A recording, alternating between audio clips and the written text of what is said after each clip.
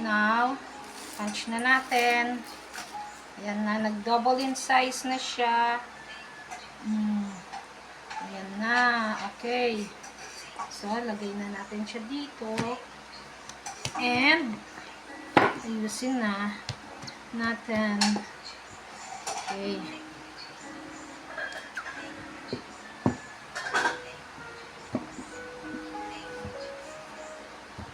Oh.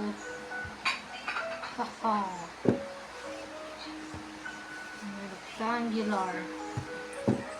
Okay. Haha.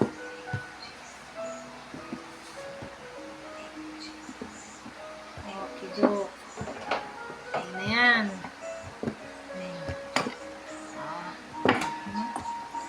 Okay.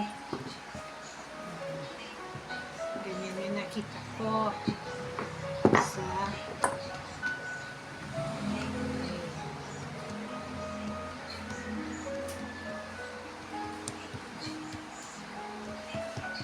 internet lang din ang recipe nito, pero meron akong syempre yung style ko improvise to.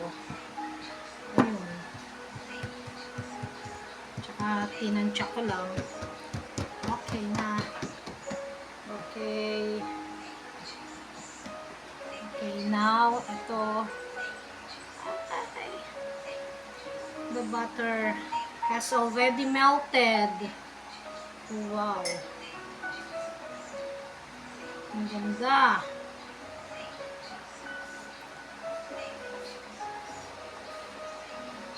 Okay, bakit ba? Dito lang naman to sa bahay. And okay, haha. Kung gusto nyo, lagyan nyo rin ng dito ng evap. Meron akong nakita rin na may naglagay din ng evap sa dito. Okay, wala na, jobus na. Okay, do. Okay, lolyo na natin. Hello, minutes na. Lolyo na.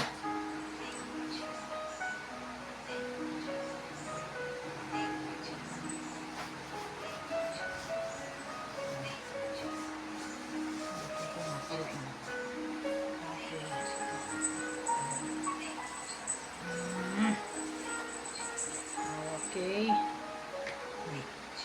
Sarap to. Kung may nuts, walang nuts, okay lang.